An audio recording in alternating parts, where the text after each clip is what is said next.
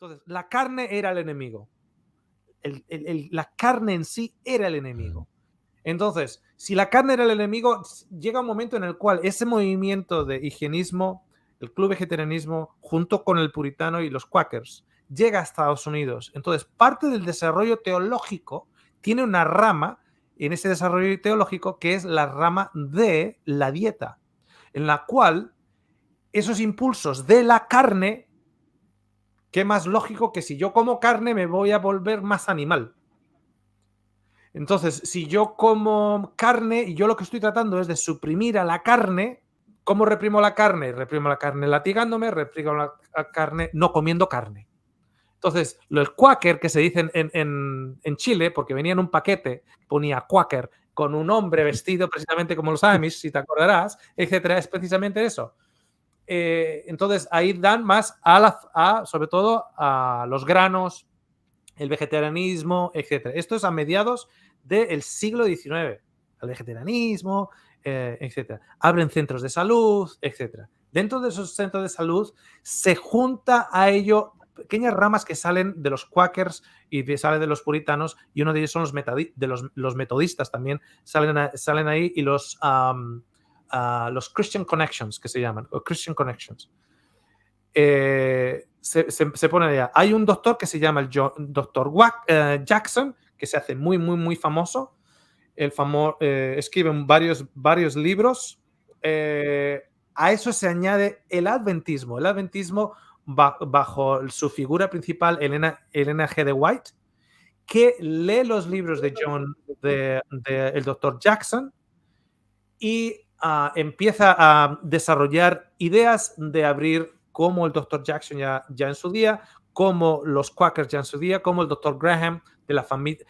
Galletitas de agua. Las galletitas de agua, estas galletitas que se llaman galletitas de agua, el Dr. Graham. También de la línea puritana, de la línea del Quaker, etcétera, etcétera. Lo mismo.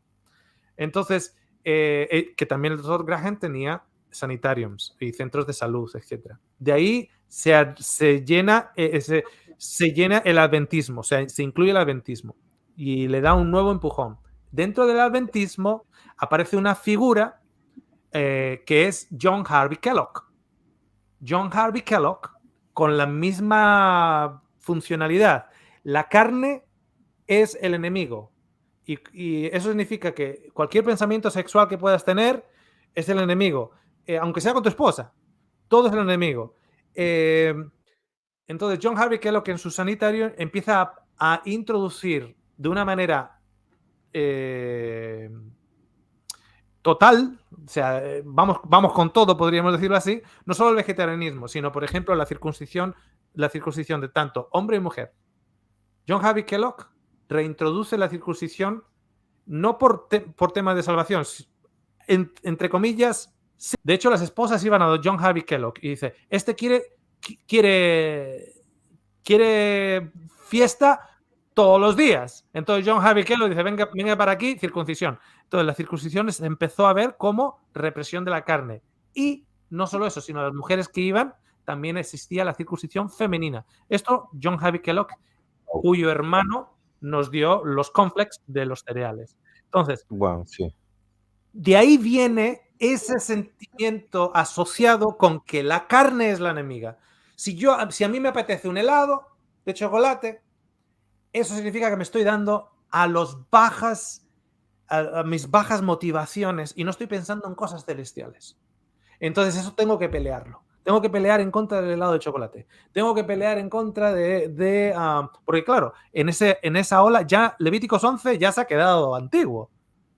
Porque ahora, claro, si yo como un cordero o como una ternera, sigo siendo pecador.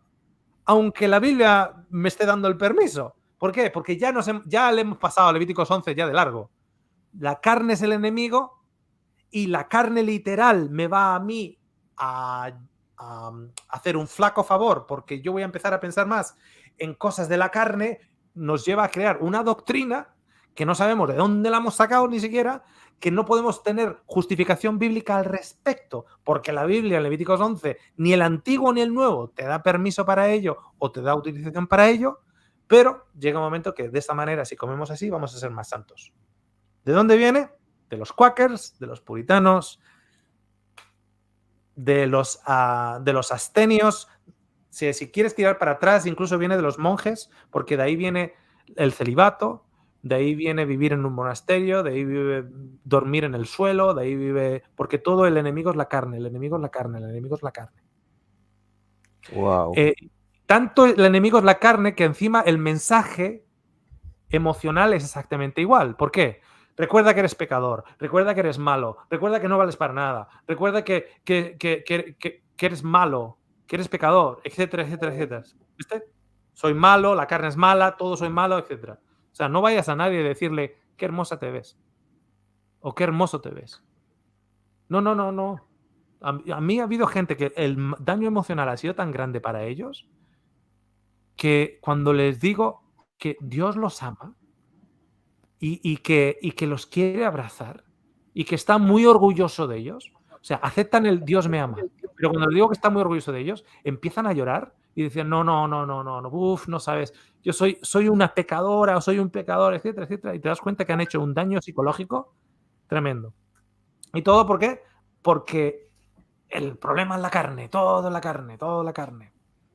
Hay que reprimirse, hay que reprimirse, hay que reprimirse. Y tanta represión, ¿sabes al final lo que acaba Enio? Cuando tú miras las estadísticas, y esto lo ha conseguido Australia, por cierto, vamos a darle crédito a Australia en algo. Cuando empezaron a salir los casos en el New York Times de casos de abusos de niños por instituciones religiosas, Australia fue el primer país que hizo lo que se llama una Royal Commission, una comisión real, para hacer una editoría. Auditoría, perdón, a todos los centros de colegio, o sea, a todos los colegios públicos, privados, todas las instituciones religiosas, de todas las denominaciones, centros de deporte, centros de fútbol, centros de ejercicio, gimnasios, etcétera, todos, tuvieron todos. ¿Cuántos casos estaban en juicio? ¿Cuántas denuncias habían sido presentadas? ¿Cuántas denuncias de esas presentadas habían sido retiradas? ¿Por qué fueron retiradas? Etcétera. El cardenal Pell, que era mano derecha de Francisco, allá en Roma, ha sido condenado por Australia. Es el primer cardenal en el mundo condenado por pederastía. En el mundo, gracias a la Comisión Real de aquí de Australia. El primero en el mundo. Ok. Pero los datos son increíbles. Cuanto más conservador o conservadora la denominación religiosa, en otras palabras, cuanto más represión, más la culpa la tiene la carne, reprime la carne, adivina qué. Más casos per cápita de membresía, de abusos de niños, de infidelidades, de infidelidades por abusos de niños, pediatría, etcétera, etcétera, etcétera. Cuanto más represión, cuanto más conservador la denominación, más casos de este tipo. Y esto, los datos son públicos. La Recuerdo Royal Commission.